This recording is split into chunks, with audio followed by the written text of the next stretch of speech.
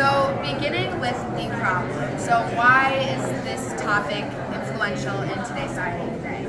So listed on the screen are a few names, and these are the names of NCAA collegiate athletes who took their lives in the year of 2022. So as listed on the screen, rates of mental exhaustion, anxiety, and depression for student athletes are 1.5 to 2 times higher than they have been in recent years. This epidemic, as I will call it, this crisis is increasingly prevalent in today's society. It's growing in concern.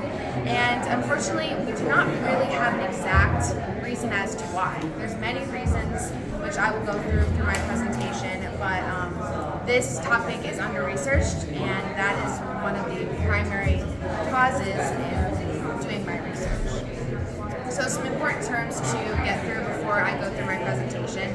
So what is a student athlete, as I will refer to? A student athlete is a student in a full-time academic institution who also competes competitively in sports.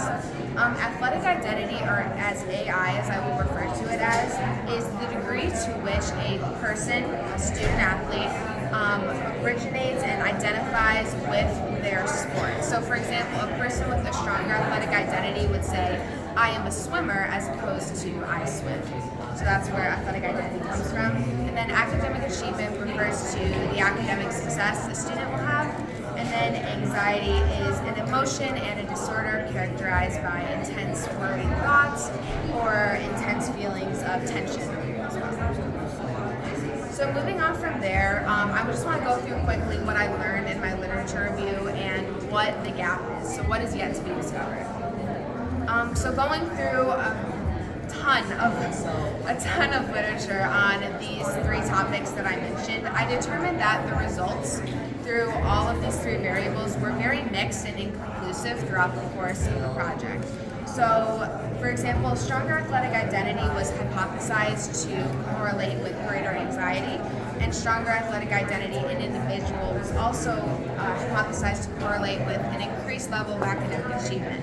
However, this was not the case through all of the literature. There were many inconsistent results that confused themselves with each other, so that was a huge gap that I wanted to address.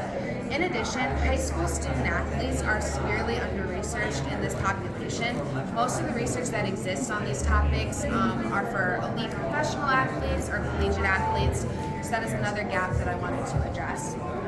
And then lastly, there is no definitive connection between the three variables that I mentioned: athletic identity, academic achievement, and anxiety. There is no for sure connection and relationship between these on how they all fit together. So that is what my research tries to identify. So that brings me to my overall research question.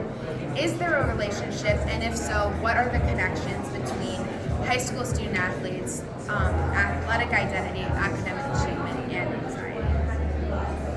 So the significance, as I have already mentioned, if there is a correlation between these three variables, how, and if they are, how do they contribute to the athletic identity mental health crisis, which is a huge problem, as I mentioned? Could this data possibly provide a relationship for this?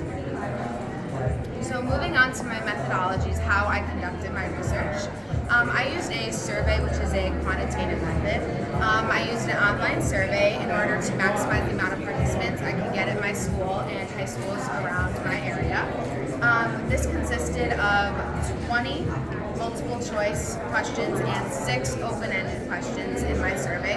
And I actually got 110 respondents to my survey, which is pretty good considering other research projects. So this survey method allows me to maximize the results that I can get and maximize the amount of participants.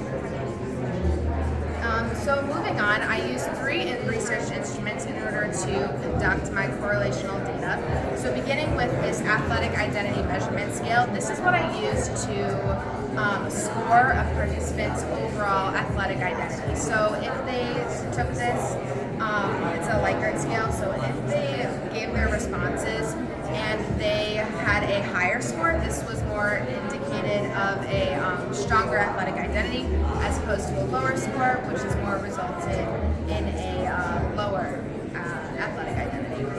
Moving on to the academic academic performance scale. This scale was used to judge a participant's overall academic performance. A higher score more reflective of better academic performance, a lower score reflective of lower academic performance. And then finally, to address the anxiety variable, I use the Generalized Anxiety Disorder Questionnaire to once again give a participant an overall score and give them a score which is higher, is more reflective of more severe anxiety. The lower score, mild to no anxiety that's present in the person. So then moving on to my qualitative research, which is the phenomenological or interview side, I conducted 10 interviews with a range of student athletes in my school. So this survey, this interview consisted of 27 open-ended questions, which I conducted with 10 participants from the data. So this use of these interviews allowed me to collect more in-depth data on the participants' lived experiences. In addition, I was able to learn about any extenuating circumstances that may have not been understood by the survey. So moving on to my results analysis. So what did I actually find out by conducting this data? Beginning with my quantitative results. My first hypothesis, I originally thought that a participant, if they had a higher athletic identity score, would result in a higher academic achievement score.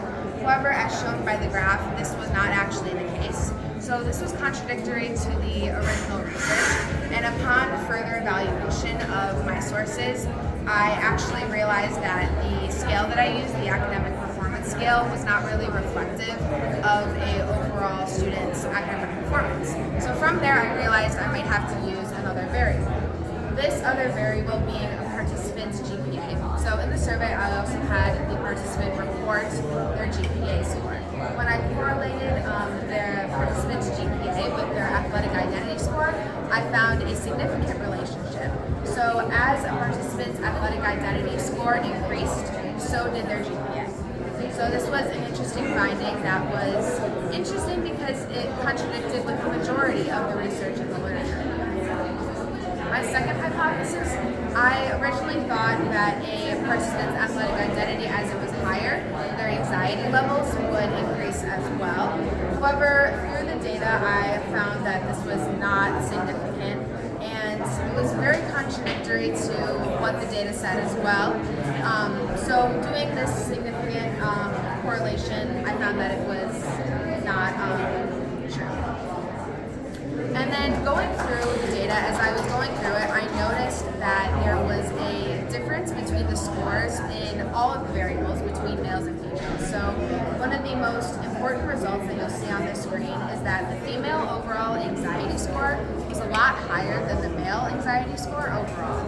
So this did not come up in my literature review at all, and there was no explanation that I had for this. So I had to go dig a little deeper and try and figure out why that was. So I ran a multiple linear regression analysis to analyze all three variables together. So that meaning gender, being identifying as a female, anxiety, and athletic identity as well. So I found that this data was extremely significant. So if a participant had a stronger athletic identity, as well as identifying as a female, their anxiety was determined to be a lot higher. So this could account for what the results were that I showed you in the last slide. So moving on to my survey, my interview results. So some of the important things that I realized was that 40% of my participants described themselves as hardworking, which is amazing because we know they have multiple identities. They do a lot of things outside of what they do, so that was one of the things that I found. In addition, 44% of the participants said they cared equally as much about academics as they did sports, which was also interesting since a lot of my literature review suggested one identity would prevail itself over the other, so this was not really the case. And around 48% of participants said that playing sports improved their social lives. And then overall themes from the interviews that I conducted, participants who had a stronger athletic identity said when prompted if they couldn't play sports anymore, so if they were injured, a majority said that they would feel depressed and a sense of losing some form of their identity. In addition, when asked what they worried about, most of them said that their sports performance is what they worried about. However, considering that almost half of participants cared equally as much about academics, I was expecting this number to be a little different. And then when asked who their closest group of friends was, most of them said So the conclusion, what did I learn from this? Participants with stronger athletic identities tend to have higher GPAs. Now this was contradictory to a lot of the information in the literature, which is important. And then finally, one of the most interesting conclusions is that stronger athletic identity, while being a female, results in greater anxiety. This did not come up at all in my literature review, which I believe is a really important finding that deserves to be researched further. So the implications, what is this information good for? Who's it going to help? So this information is going to help high school student athletes who have a stronger athletic identity so they can learn about the risks and benefits to possessing that sort of identity. This information will also help coaches and teachers to learn about the factors that influence their student athletes or their players or their students, depending on what their role is, what affects them, what goes on, and how that could affect the other identities that they possess. Finally, parents can benefit from this information to gain more deeper understanding of what their student athletes and children are going through. Finally, this data just adds an overall new perspective to the body of knowledge because much of this data that I found out had not yet been reported. So it's really interesting to find that out. So finally, a call to action. What did we learn from this overall? Overall, what should we do with this new understanding? So we need to encourage more research to be done since a lot of information that was found out through this research had not yet been discovered. So more research deserves to be had on it. Finally, we need to educate others on this information and the overall problem at hand, as I will circle back to. The athlete mental health crisis is increasing, as I mentioned, so could this research be beneficial and more research like it help in defining a cause or a potential implication?